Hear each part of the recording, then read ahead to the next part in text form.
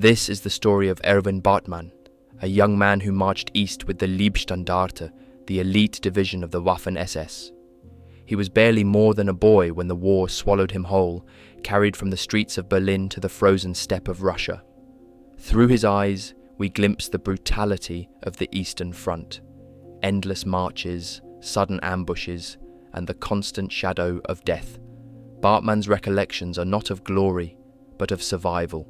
He writes of hunger and frostbite, of comrades cut down before his eyes, of nights spent in ruined villages where the wind howled through shattered beams. His story is a soldier's truth. The exhaustion, the fear, the fleeting moments of reprieve, and the bitter knowledge that every dawn might be his last. What follows is his journey, told in his own words, from the mud of Taganrog to the burning streets of Kharkov. It is the story of one man adrift in the vast machinery of war, a man who carried memories of both horror and humanity through the blood-soaked fields of the East. Storming along the northern shores of the Sea of Azov, our orders were clear. Take Melitopol and drive onwards, breaking the stubborn Soviet resistance that clung to every bend in the steppe. The Russians fought like wolves, retreating only to strike again from new ground. The campaign demanded constant marching, sudden assaults, and ceaseless vigilance. For days, villages were reduced to ashes, their defenders buried beneath rubble or scattered across the fields. We split into two groups and advanced along the coastal road, ships of the Black Sea Fleet looming far out on the horizon like silent spectators. Whether friend or foe would appear from that direction, we did not know. Yet every distant sail or plume of smoke seemed to whisper of danger. Our spirits were hardened by victories, yet hollowed by loss. The further we marched into the Ukraine, the more homes stood abandoned, doors swinging in the wind, a bitter reminder of a land bled dry. Columns of refugees clogged the road. They carried what little they could, bundles of rags, pots, or the hand of a crying child. Many had no strength left to flee, and so they trudged barefoot through the mud, leaving streaks of blood in their wake. Women and children knelt at the roadside as soldiers pushed forward. An officer ordered them aside with harsh words, pistols drawn. Those who stumbled were driven further off into the fields, where they sank exhausted, too broken to move. Such sights burned themselves into memory. A truck rumbled past, wheels splashing through puddles, the driver murmuring a prayer as lightning cracked above. A soldier crushed his cap in his hands, whispering that God himself must look away from this place. But there was no turning back. Orders drove us forward, and the war showed no mercy to those who hesitated. Ahead lay Taganrog, perched above the Sea of Azov, a city of steel and smoke with a vital port and aircraft workshops. Soviet engineers had fortified every approach, stringing barbed wire across the fields, digging pits for tanks, and leaving the countryside littered with mines. Reports said thousands of Red Army men, backed by artillery, held the city. We knew what awaited us, another furnace to step into. By dawn we pushed forward under the growl of engines. The convoy stretched like a long snake across the plain. Dust clouds rose behind every truck, staining the horizon with a ghostly haze. Fighter bombers prowled above, their shadows sliding over the ground like hunting hawks. At every halt we scanned the sky, fearing the whistle of another rocket. The wounded were left in ditches with the chaplain's blessing, for there was no room to carry them further. Soon the enemy artillery found its mark. Shells burst among the lead vehicles, tearing steel apart like paper, scattering men in every direction. Horses screamed as they collapsed beside shattered carts. Survivors dove for cover behind embankments, the acrid stench of powder filling the lungs. In moments the road was a chaos of wreckage, smoke, and dying men. Still, we pushed on, rifles gripped tight, eyes fixed on the smoking silhouette of the city ahead. Street by street, the battle for Taganrog unfolded with grim ferocity. Houses collapsed under tank fire, sending masonry crashing onto the cobbles. Windows spat machine gun fire until grenades silenced them. At one point, a massive blast tore through a Soviet tank, the turret spinning into the air before landing on the ruins of a bakery. Flames rolled down the street, igniting wooden beams and choking us with black smoke. Our men fought in squads, slipping from doorway to doorway, bayonets ready, hearts pounding. Every room became a fortress, every corner a killing ground. Civilians huddled in basements, the cries of infants muffled by stone walls. The deeper we went, the more it felt as though the city itself resisted us, swallowing lives into its ruins. When dusk fell, the fires of Taganrog burned so bright that the night sky glowed red over the sea. Ships of the Black Sea Fleet flashed signals in the distance, their silhouettes flickering in the inferno's glow. By then we were exhausted, our uniforms stiff with soot and blood, yet we pressed onward still, for the orders were merciless, and in this war only those who advanced survived. By the end of October 1941, the front had shifted again. Our orders were no longer to storm forward, but to dig in, to hold what we had taken. Reconnaissance units prowled the steppe, scanning for Soviet movements, while we set about carving defensive lines. The earth was heavy with autumn rains, and every trench filled with a foul, sucking mud that clung to boots and froze the fingers. We dug through the night, hacking out positions barely a metre wide, roofed with planks and reeds, then shored with whatever rubble we could scavenge from ruined farms. Each morning, frost glazed the ground white, and the cold cut through our thin coats. The war had slowed into a brutal endurance test. Wet uniforms, sodden boots, bellies half empty, nerves frayed by the expectation of attack at any moment. Life in the line was reduced to an endless crouch. Kneeling in mud, we strained our eyes across the mist-shrouded fields. The silence was uncanny, broken only by the bark of a distant gun or the moan of the wind. Yet the fear was constant. At any second, a Soviet patrol might materialize out of the fog, and the trenches would erupt in violence. The first assault came with a sudden hammering of artillery. Shells screamed overhead, bursting with a violence that rattled teeth.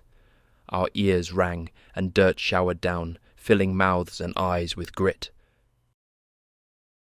Then came the silhouettes, Soviet infantry advancing in waves, rifles flashing through the smoke. We opened fire, the crack of our weapons drowned beneath the rumble of machine guns. Bodies dropped in heaps before the wire, but still they pushed forward, stepping over the fallen as though nothing could halt them. When the firing finally ebbed, the field before us was a graveyard. Dozens of Russians sprawled in grotesque shapes, limbs jutting at unnatural angles. Some still twitched in the frost, their cries fading into the night. The smell of blood mingled with churned earth until the very air seemed poisoned. Prisoners trickled in, ashen-faced, trembling, their eyes wide with the terror of capture. Many were little more than boys. We shoved them into makeshift pens and left them huddled together under guard. Some cursed us through cracked lips, while others sat in silence, staring blankly into the mud as if they no longer belonged to this world. That night we tried to sleep in a half-collapsed farmhouse. Rain hammered on the roofless beams, dripping onto our helmets and soaking us as we lay in the straw. Somewhere beyond the walls, the Russians still gathered. We knew another attack would come, but no one spoke of it. Silence pressed down like a coffin lid. The next morning the storm broke again. Gunfire rattled from the tree line, and enemy troops pushed forward with renewed force. At 200 meters they vanished into smoke, then reappeared closer, shouting as they hurled grenades. Our machine guns clattered, mowing them down in swathes, but for every man who fell, another appeared behind. Once more the field was carpeted with the dead.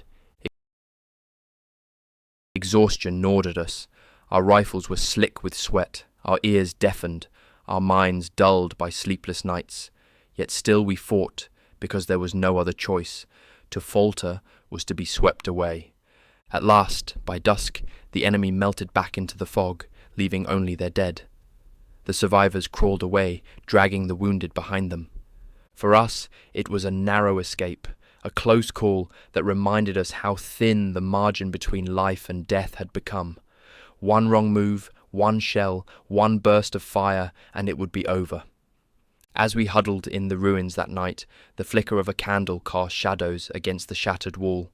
The password call came across the line, a voice speaking Russian, urgent, insistent. Fingers gripped rifles in the dark. For a moment we believed the enemy had crept right up to us, but then a laugh broke out. It was Boris, one of our own, imitating Russian speech for his own amusement. The tension drained into a bitter chuckle, though the fear had been real enough. Such was life on the Eastern Front. Days of silence pierced by moments of sheer terror, nights haunted by the thought that death lurked just beyond the next line of trees. Night frosts hardened the mud. With vehicles now able to move more freely across the endless plains, our march carried us toward Rostov, the great southern gateway to the Caucasus. Each mile drew us deeper into the steppe's frozen emptiness, a landscape that seemed to stretch without end. The air was sharp, cutting the lungs, and every breath hung in the cold like smoke. Our columns stretched for kilometers, armoured cars, half-tracks, and weary infantry trudging along roads barely more than tracks carved into the earth.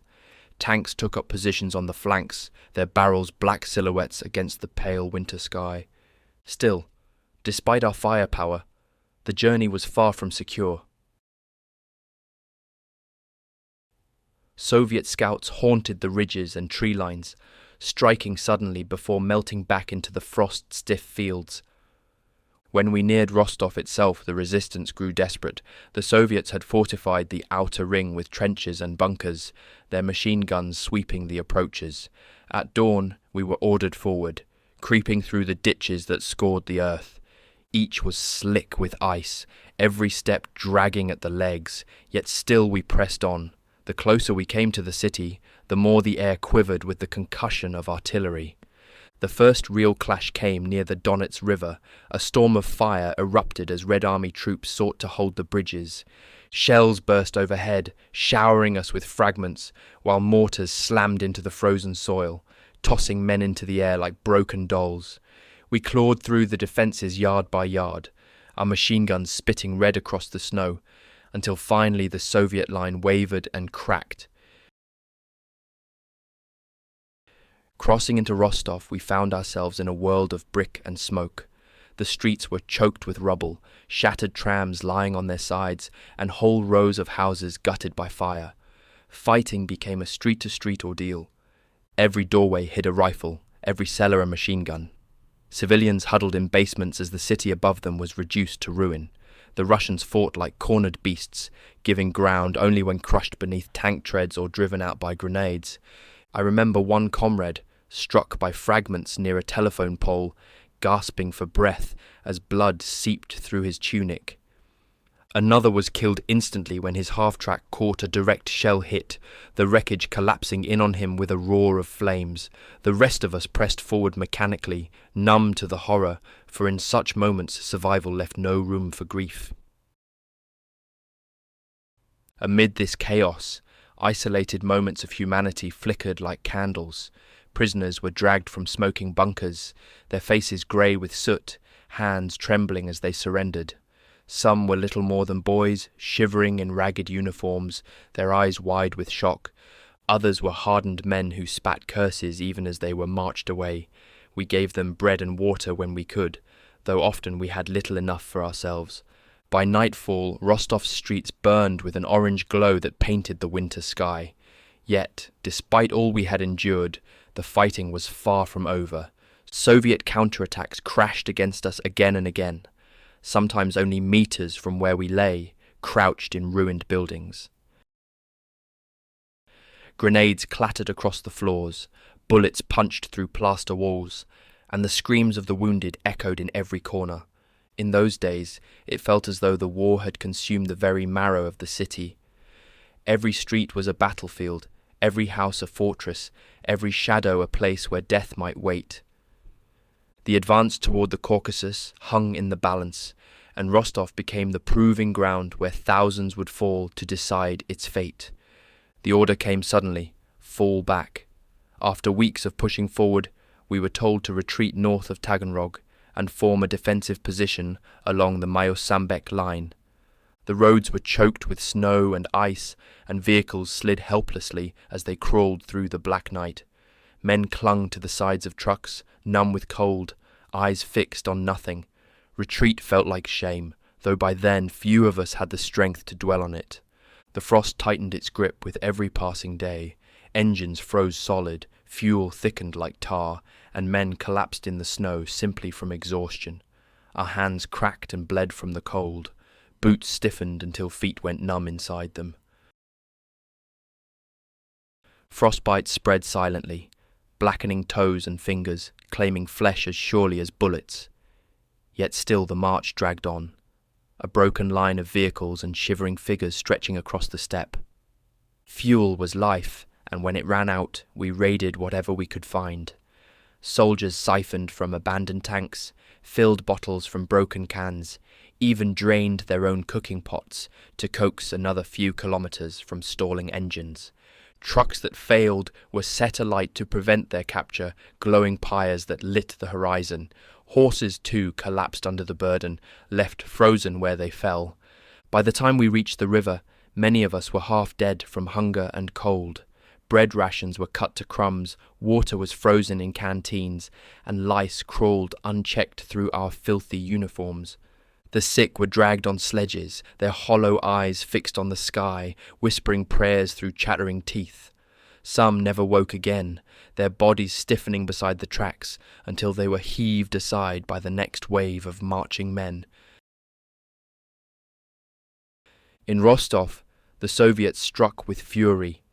Assault after assault slammed against our defences, waves of men charging across the snow, supported by tanks that crawled like beasts out of the smoke. Our machine guns tore them down, but for every soldier that fell, another stepped into his place. Soon the battlefield was littered with corpses, frozen in grotesque shapes, their rifles still clutched in rigid hands. Amid the horror, there was no choice but endurance. Nights were spent in ruined huts, huddled together for warmth, our breath clouding the darkness. Some men cried out in their sleep, others muttered prayers, and a few simply lay silent, eyes open, staring into nothing. We lived from 1 hour to the next, measuring survival not in days, but in whether we could make it through the next barrage. Winter had ground the war into a standstill. We had come chasing dreams of conquest and glory, but in the frozen wastes of the Mius-Sambek Line, the only victories left to us were survival and the faint hope of another dawn. By late December, the cold had become unbearable, a pain that gnawed at bone as though 1,000 needles pierced the skin. Every step was torture, every breath a cloud that froze on the scarf and stiffened into ice. The retreat from Rostov had left us shattered, our boots split and worn, our uniforms little more than rags. Many of us wrapped our feet in straw or rags torn from abandoned houses, praying they would last another day. Frostbite stalked us as surely as the enemy. The trenches were lined with figures who looked scarcely human, gaunt, hollow-eyed, shoulders hunched against the unending wind. Yet amid the misery there were strange moments of warmth. A comrade handed me a folded photograph, the faded image of a woman smiling in a summer dress. She had been his lover in Ukraine, and though he had been punished for it, he clung to her memory like a shield against despair. Even in such darkness, the thought of love made men fight on. Then came my own strange reminder of life beyond the front. A parcel arrived, carried through the filth and mud, addressed simply to me. Inside was a scrap of paper, a few crumbs of cake, and the message, "Happy birthday, Erwin." It was written by my mother's hand, carried by chance across a continent at war. The others joked, calling me the cook, yet when I shared the crumbs with them, their faces softened for the first time in weeks. For a brief moment, in that frozen trench, we were no longer soldiers, but sons again. Christmas approached, and with it came efforts to create cheer out of nothing. Some comrades raided barns and cellars for eggs or flour. Others found bottles of schnapps hidden in ruined villages. One man, a former baker, was ordered to prepare a small cake. He scavenged together enough ingredients to make a lump of dough, baked it over a trench fire, and presented it proudly. It was coarse, burnt at the edges, yet we ate it with laughter, pretending for an hour that we were gathered around family tables back home. Yet the war did not pause for Christmas. The Soviets shelled our positions even as carols were sung in low voices. Leaflets drifted down from the sky, urging us to surrender, mocking our suffering with pictures of fat German soldiers dining at home while we starved in the snow. We picked them up from the mud and tossed them into the flames. That night, as the candles of makeshift lanterns flickered weakly against the darkness, we huddled in our dugouts. Outside, the wind howled across the steppe like the cry of the damned. Still, voices rose quietly in song, half-forgotten hymns, the words trembling, the melody broken. Men clasped tin cups, toasting absent families, and for a heartbeat the war seemed distant. But when morning came, the spell was shattered by the thunder of artillery. Shells tore into our trenches, flinging men aside, burying others beneath avalanches of snow and dirt. The brief illusion of peace was gone. Christmas had passed, leaving only the endless winter war once more. By spring the frost began to loosen its grip, but with the thaw came no relief. Our trenches at the Mius-Sambek Line stank of rot and death, the ground black with the remains of months of combat. Gas masks, meant to protect us, became suffocating prisons, scraps of cloth pressed to our faces in a futile attempt to filter the air. Every breath was heavy, every movement slowed by the stench of decay. Corpses, half buried in mud or frozen where they had fallen, emerged again as the snow melted, their grey hands and faces pushing upward through the thaw. Work parties were sent to clear the lines. We heaved bodies into pits, piling earth over them, though the smell lingered, no matter how deep we dug. Some of the dead were our own comrades, others were Russians who had stormed our defences months before. In those moments, uniforms no longer mattered. All that remained was the anonymous horror of war, faces without names, bones without rest. Rumours spread daily. One said we would be withdrawn to France, another that reinforcements were on the way, and another that the Soviets were preparing to crush us with overwhelming strength.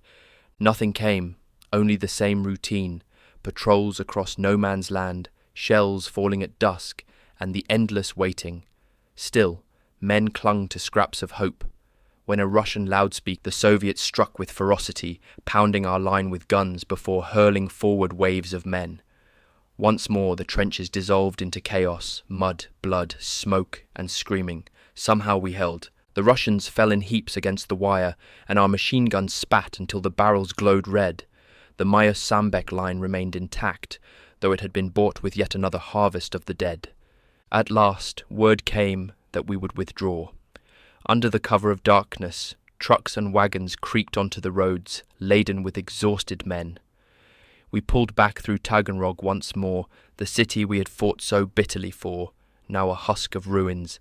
The streets echoed with the sound of boots and clattering wheels, refugees staring silently as the columns passed. From there, trains carried us west. We clambered into open wagons, packed so tightly that there was scarcely room to breathe. Men leaned against one another, drifting into uneasy sleep as the wheels screeched over the rails. At dawn we awoke beneath a sky streaked with smoke, convinced we were finally leaving the steppe behind. Some believed France awaited us, with wine, women, and rest. Others laughed bitterly, saying we would only be thrown back into the fire. As the convoy rattled onward, I pressed my head against the frozen timber of the wagon and closed my eyes. Behind us lay the endless winter war, the trenches filled with bones, the cries of comrades swallowed by the snow. Ahead lay only uncertainty, yet in that moment even the illusion of escape felt like a gift. After months of endless mud and fire, leave was granted. It felt unreal. Stepping out of the Eastern Front's frozen wasteland into the relative calm of Berlin.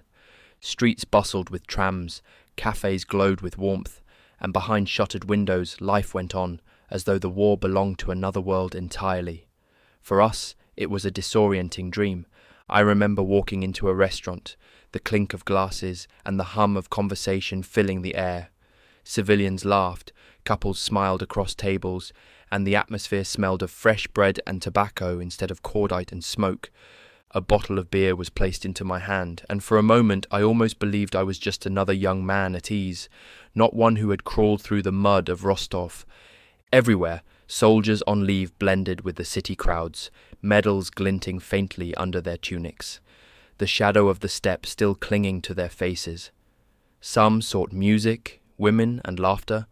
Others walked the streets quietly, content simply to feel cobblestones beneath their boots instead of ice-crusted soil. Yet even in Berlin, reminders of the war intruded. Posters barked slogans, ration queues coiled along pavements, and women in black carried news of losses tucked under their arms. Behind every cheerful evening lingered the knowledge that soon we would return east, back to the roar of guns and the silent expanse of snow. I visited my parents on New Year's Eve. Snow drifted through the city, and for a few hours we sat together, eating simple biscuits and exchanging stories. My mother clasped my hands as though to anchor me to the hearth. My father spoke quietly of faith and endurance. Yet when the clock struck midnight and the bells rang out, my thoughts were already with the regiment. A telegram could arrive at any hour, summoning me once more, and it did. At dawn a knock came on the door, orders to report back. The brief illusion of normality was over. I gathered my kit, kissed my mother on the cheek, and stepped back into the frozen morning. All around me, other men in uniform did the same, leaving behind their families to vanish once more into the east. Leave in Berlin had been a fleeting reprieve, a glimpse of the life we had once known, now half forgotten. But as the train pulled out of the station, steam billowing into the winter air, I knew only one truth. The steppe still waited, and it would not be denied. After a brief interlude in Berlin, the war reclaimed us. By January, night over the platform, as families gave last farewells. Mothers pressed photos into their sons' hands, fathers clapped shoulders stiffly, children stared wide-eyed at men already half transformed into shadows. Then the whistles shrieked and we rolled out, bound once more for the Russian front. The further east we travelled, the more desolate the landscape became.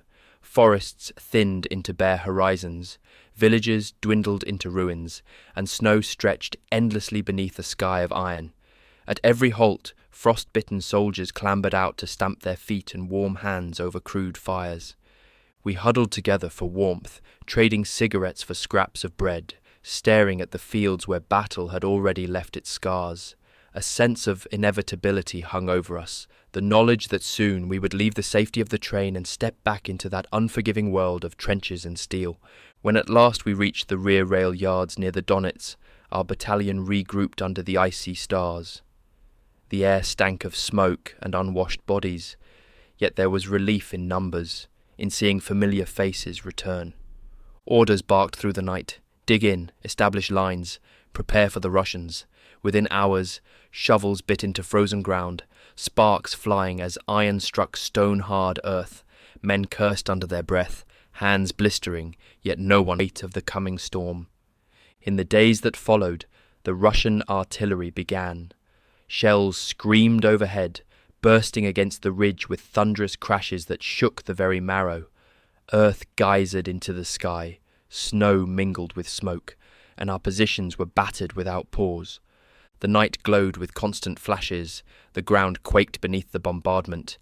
Sleep became impossible, nerves frayed to threads.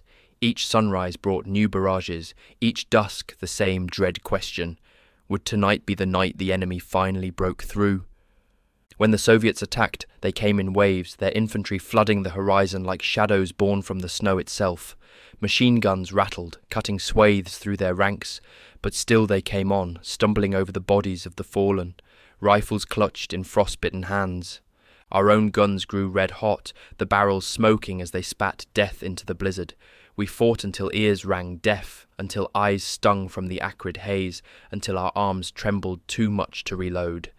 The ground before us turned into a field of twisted corpses, frozen in grotesque shapes. Yet still they hurled themselves forward, as though sheer weight of sacrifice might grind us down. By March, the situation turned desperate. To the south, Soviet forces broke through, threatening to outflank us. Each day brought grim reports: villages lost, convoys destroyed, comrades encircled. Still we clung to our lines along the Donets, ordered to hold at any cost. Fatigue gnawed at us. Men staggered like ghosts, their eyes sunk deep, their hands trembling as they gripped rifles. We lived on crusts of bread and sips of melted snow, rationed to the bone. The wounded were dragged into crude shelters, bandaged with strips of dirty cloth, many left to die because no stretchers remained. Amidst this chaos, orders came: prepare for Kharkov. Our division was to counterattack, to stem the Soviet tide. It seemed madness. How could men so broken still be expected to advance? Yet when the signal came, we rose from our foxholes, weapons clenched, and marched once more into the roar of battle. Snow whipped across the steppe, shells cratered the earth, and still we pressed forward. At our side rumbled tanks, their tracks crushing frozen soil, their guns thundering with each shot. Slowly, inexorably, we forced the Soviets back street by street, house by house, through Kharkov's smoking ruins. The fighting there defied all imagination. Entire blocks collapsed under bombardment, the streets choked with rubble and fire. Every doorway spat bullets, every cellar hid grenades. We fought room to room, blasting through walls, clearing staircases at bayonet point. Civilians cowered in basements, their cries muffled by the cacophony of war.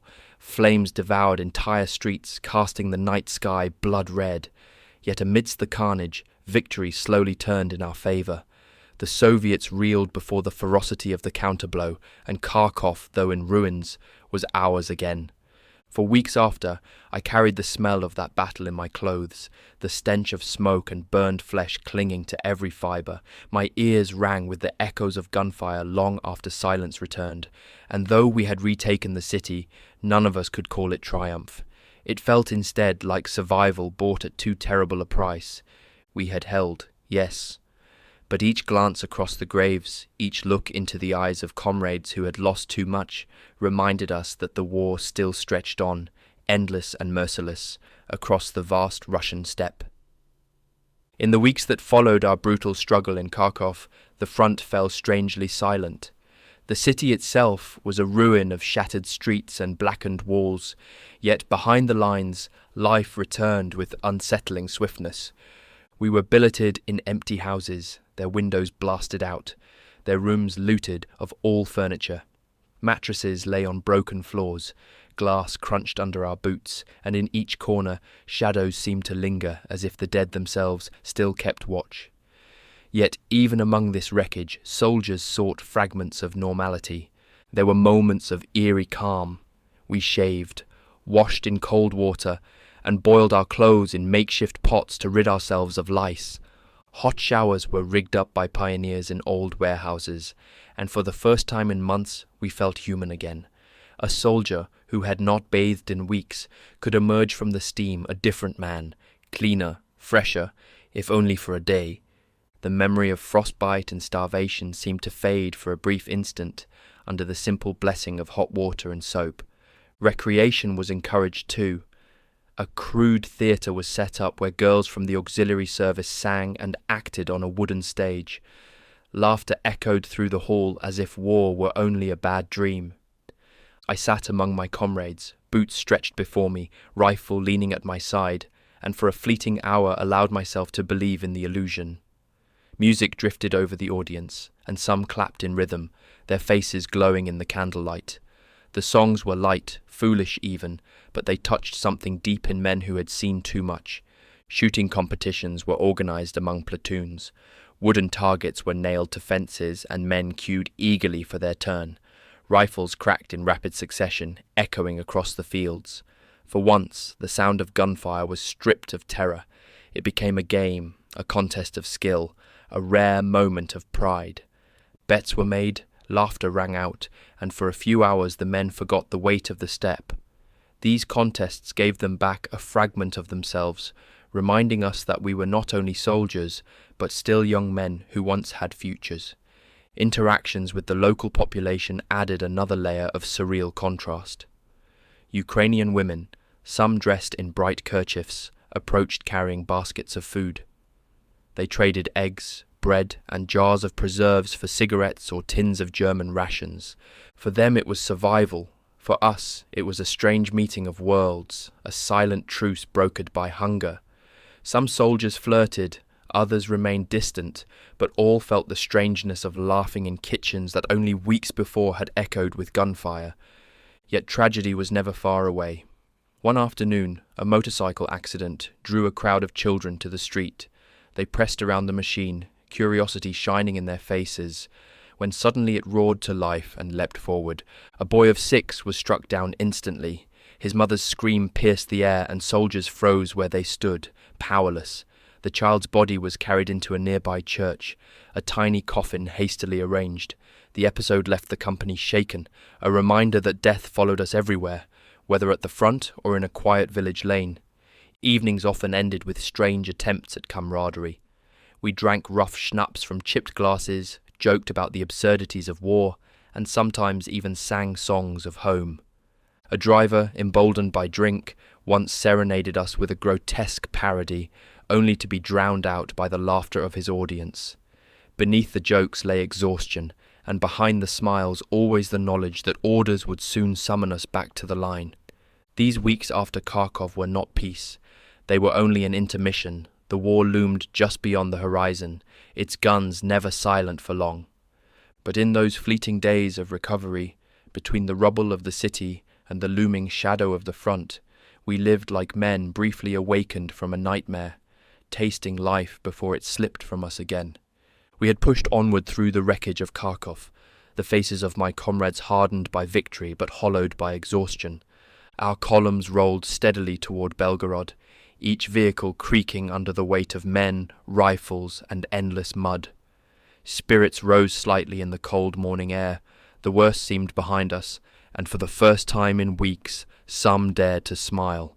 Yet war has a cruel way of striking hardest when the mind is least prepared. The sky above shimmered faintly with the pale light of winter sun. At first it seemed empty, a boundless blue stretching forever over the steppe. Then came the sound, a low droning, a mechanical growl that prickled the nerves. Men glanced upward, shielding eyes, searching the heavens for its source. Shapes appeared, small at first, then growing into the distinctive silhouettes of aircraft.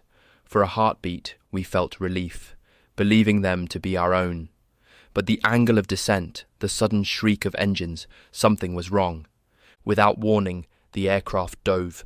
Their machine guns opened, slashing the convoy with streams of fire. Bullets ripped through canvas and steel, tearing men apart where they sat. Trucks jolted violently as drivers wrenched wheels aside, horses screamed, and the sky filled with the hideous shriek of engines mingled with the cries of the wounded. Dust and smoke rose in choking clouds as explosions ripped across the road. It was not the enemy, it was our own Luftwaffe. In the chaos, comrades died beneath the fire of supposed allies. I flung myself into the ditch, earth erupting around me as rounds stitched the ground. Heat and grit scorched my face. My heart hammered so violently I thought it might burst. All along the line, men scattered like ants, diving for cover. A comrade beside me fell suddenly, blood spattering his tunic as he clutched at his head. The air seemed filled with nothing but terror and disbelief. Our own brothers had mistaken us for Russians and were cutting us down without mercy. Then silence, sudden and sickly. The planes swept upward, disappearing into the blue as quickly as they had arrived. The road was a scene of devastation. Vehicles burned fiercely, black smoke twisting into the sky. Bodies lay crumpled in grotesque shapes, some still twitching, others horribly still. The acrid stench of cordite mingled with the bitter odour of burning flesh. Men staggered through the wreckage, dazed, clutching their ears, their eyes blank with shock. It was then I realized the warm trickle down my face. A bullet had struck near, lodging shrapnel into my scalp. My hands came away red, the blood thick between my fingers. Dizziness swept over me, the world tilting in violent spasms. A comrade hauled me up, half carrying me toward an ambulance. I remember the doctor's hands, cold and swift, probing the wound. He muttered that it was close to the brain, before dousing it with iodine and wrapping it in bandages. Pain surged through me in waves, each one threatening to drag me under. Yet somehow I clung on. Hours blurred into a haze of smoke and groaning engines as we regrouped. Some cursed the pilots, others whispered prayers. All around us, the broken bodies of our company testified to the terrible mistake. Later, orders would insist it had been unavoidable, the fog of war. But to us, lying in the mud with comrades bleeding out beside us, it felt like betrayal. That night, the wounded were loaded into trucks bound for rear hospitals. I remember staring upward from my stretcher at the indifferent stars, each one sharp and cold in the black sky. The rumble of wheels drowned out all thought, and I drifted in and out of a feverish half-sleep. My last memory was of a comrade gripping my hand tightly, whispering that we must live, that somehow, even after such madness, we must endure. A week after my wounding, I was back on my feet, though still weak. The scar above my temple throbbed with each heartbeat, but orders waited for no man. I was sent forward with a small reconnaissance patrol, tasked with probing the edges of Russian positions near Belgorod. We moved cautiously across the frozen fields, each step crunching against frost-hardened soil, every eye searching for movement. The land seemed silent, yet that silence was heavy, like a held breath before a scream. Our orders were simple: find the enemy, note their strength, and return alive. But nothing in Russia was simple. Every gully hid shadows, every tree line threatened sudden death. The further we went, the more exposed we felt, our boots leaving clear trails in the snow that seemed to shout our presence. At one point, we paused by a derelict barn, the wind moaning through its splintered roof. For a moment, I thought I heard voices within. My finger tightened on the trigger. Yet when we forced the door, only emptiness stared back, the shadows deep and cold. The tension gnawed at us, more exhausting than any march. We crouched behind hedgerows, scanning the horizon. An officer muttered that the Russians are ghosts, and I knew what he meant. They were everywhere and nowhere, striking without warning, then vanishing as if the steppe itself swallowed them whole. We crept forward again, but soon the inevitable happened. Shots cracked from the tree line, bullets smacking into the earth at our feet. Men threw themselves flat, hearts hammering, rifles up. For long minutes we exchanged fire with enemies we could scarcely see, flashes of muzzle flame betraying their positions before vanishing once more. One of our men fell, a bullet through his chest. He gasped, hands clawing at the snow as blood spread black beneath him. We dragged him back, firing in bursts to cover the retreat. Each step was a struggle, the wounded man groaning softly as we hauled him toward safety. By the time we reached the relative cover of a ditch, his eyes had glazed, his breath rattling to silence. Another comrade gone, another face etched forever into the cruel tally of this front. As dusk closed in, the firefight ebbed. The Soviets melted into the trees, their silence more terrifying than their attack. We regrouped, shaken, fewer than when we had set out. Our report would speak of enemy activity, light casualties, but the truth lay deeper, in the way men's hands trembled as they cleaned their rifles, in the hollow look in their eyes as they stared into the dying fire. Reconnaissance had shown us little, except what we already knew. In Russia, death was never far. That night, I lay in a half-collapsed farmhouse, the wind whispering through the broken beams above me. I thought of the mistake that had nearly killed me days earlier, of comrades lost to our own planes, and now to unseen enemies. My bandaged wound ached, my body shivered with fever, but more than that my spirit sagged under the endless weight of uncertainty. Tomorrow would bring new orders, new patrols, new dangers. The war ground on, indifferent to our fear, demanding only that we keep moving forward.